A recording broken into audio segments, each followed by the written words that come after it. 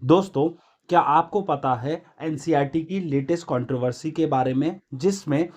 Judiciary को step in करना पड़ा है? अगर नहीं पता है तो आज की वीडियो है आपके लिए, क्योंकि मैं इन डेप्थ में बताऊंगा क्या है एनसीईआरटी की सोशल साइंस की क्लास 8 की कंट्रोवर्सी और क्या है जुडिशरी का अभी लेटेस्ट स्टैंस उस कंट्रोवर्सी को लेकर। अब सबसे पहले ये चीज समझिए। 24 फरवरी 2026 को इंडियन एक्सप्रेस में एक न्यूज आर्टिकल पब्लिश होता है, जिसमें क्लास 8 सोशल साइंस की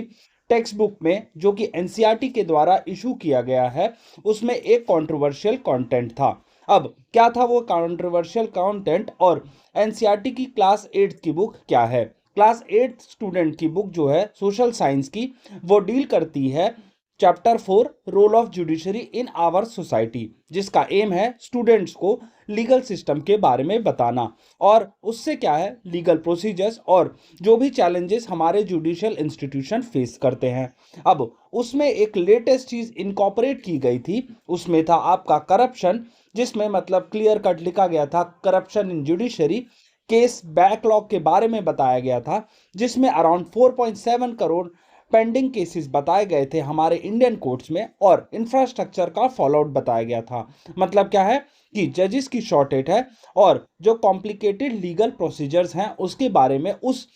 पर्टिकुलर ऐसे में बताया गया था, which was in chapter 4 the role of judiciary in our society. ठीक है, ये बात तो हो गई कंट्रोवर्सी की। अब ये चीज हाईलाइट की गई है, senior advocate Kapil Sibal and am Singh भी ये चीज रेस करते हैं सीजीआई ऑनरेबल सुप्रीम कोर्ट के चीफ जस्टिस ऑफ इंडिया के सामने, और जिसमें यह कहा गया कि इस टेक्स्ट बुक का इस पर्टिकुलर ऐसे का फोकस है जो कि बच्चों का एकदम कोमल दिमाग होता है उनके सामने जुडिशियल सिस्टम की क्रेडिबिलिटी को डाउट करवाने का। और उन्होंने यह रिक्वेस्ट की honourable supreme court of India से कि इमीडिएट जुडिशियल इंटरवेंशन किया जाए। अब इसके बाद क्या होता है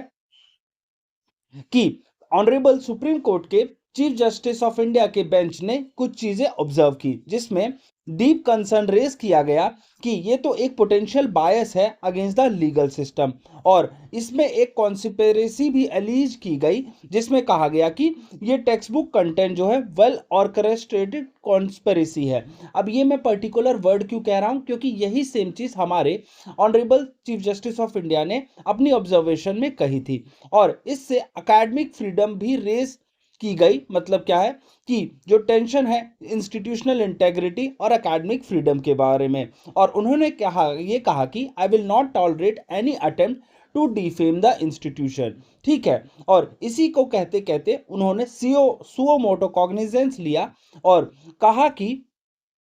in case title social science text book for grade 8, उसमें कहा गया कि इमीडिएट केस रजिस्ट्रेशन किया जाए सुप्रीम कोर्ट की ओरिजिनल जुरिस्डिक्शन में, और डायरेक्शन इशू की गई ministry of education and NCERT को उनके अर्जेंट रिस्पांस के लिए। अब उसके बाद क्या हुआ, एनसीईआरटी ने एज अ रिट्रैक्शन मेजर्स उन्होंने क्या किया, एनसीईआरटी ने इशू किया एक फॉर्मल अपोलॉजी 48 घंटे के अंदर, और कहा क्या क्या क्या आगे कि ये पूरी कंट्रोवर्सी एक ओवरसाइट की वजह से हुई है, admission of procedural lapses in content review, और प्रॉमिस किया गया कि ये जो पर्टिकुलर चैप्टर है इसको वापस ले लिया जाएगा, और कहा गया कि कमिटमेंट दी गई कि एक इंटरनल इन्वेस्टिगेशन की जाएगी। अब इसके बाद क्या होता है कि रिकवरी ऑपरेशंस में एनसीईआरटी ने जो ऑलरेडी बुक्स जो अराउंड 38 थी उनका जो डिस्ट्रीब्यूशन है वो रोक दिया गया, और उसके बाद जो यूपीआई बेस्ड ट्रैकिंग हुई है उन 38 कॉपीज की जो कि दिल्ली कैंपस के बुक स्टोर से बिकी गई थी उनको भी वापस ले लिया गया, और जो डिजिटल कंटेंट अवेलेबल था इन पीडीएफ्स का उसको भी ऑफिशियल एनसीईआरटी की वेबसाइट से हटा दिया गया। और गवर्नमेंट ने भी कुछ स्टेप्स लिए हैं। गवर्नमेंट ने by statement of solicitor general Tushar Mehta एक अनकंडीशनल अपॉलॉजी सर्व की है सुप्रीम कोर्ट के द्वारा, और कहा गया है कि डिसिसिव करेक्शन एक्शंस लिए जाएंगे, और जिन क्या वजह से ये जो आपके कंटेंट आया है एनसीईआरटी की बुक्स में उनको भी, उन ऑथर्स को भी ब्लैकलिस्ट कर दिया जाएगा। और गवर्नमेंट ने कमिटमेंट दी कि स्ट्रिक्ट ओवरसाइट होगी, मल्टीपल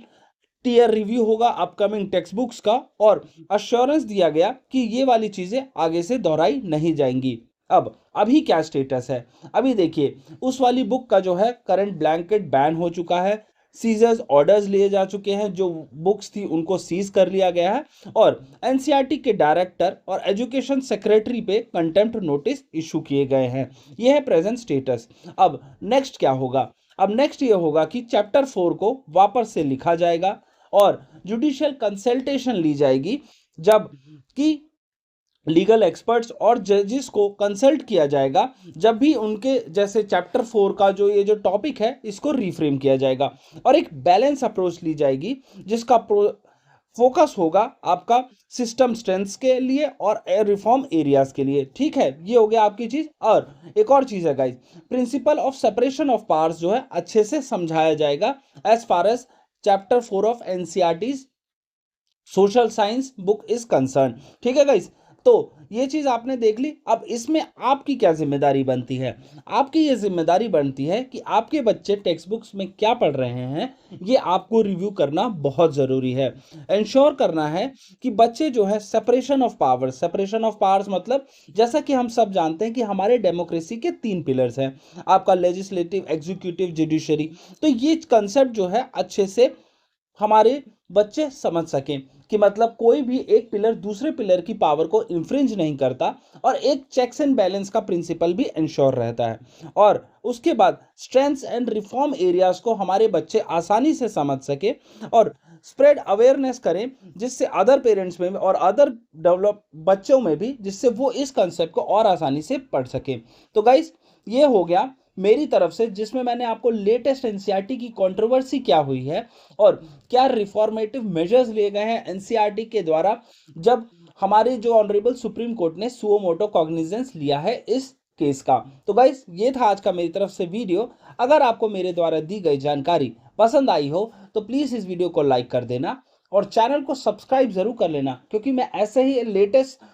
टॉपिक्स जो है आपके लिए लाता रहता हूं, जिसमें आप अच्छे से बेस लेवल से समझ सकें कि क्या है उस टॉपिक की कंट्रोवर्सी और क्या है प्रेजेंट स्टेटस। और एक और चीज, अगर आप सिटीजनशिप के बारे में इन डेप्थ में जानना चाहते हैं तो आप मेरा चैनल चेकआउट कर सकते हैं, जिसमें मैंने अभी आधार से भी रिलेटेड कुछ अपडेट्स आई हैं उसकी भी वीडियो बनाई है। और अगर आपको आरटीआई के बारे में भी इंटरेस्ट है तो आप आरटीआई का भी एक तरह से ग्लिम्स ले सकते हैं कि आरटीआई में किन केसेस में 48 घंटे में आपको आंसर मिल जाता है, और अगर आपको आरटीआई में आंसर ही नहीं मिलता तो आप क्या स्टेप्स ले सकते हैं जिससे आपको अपील में अच्छे से आंसर मिल सके। यह था आज का मेरी तरफ से video. Thank you for watching.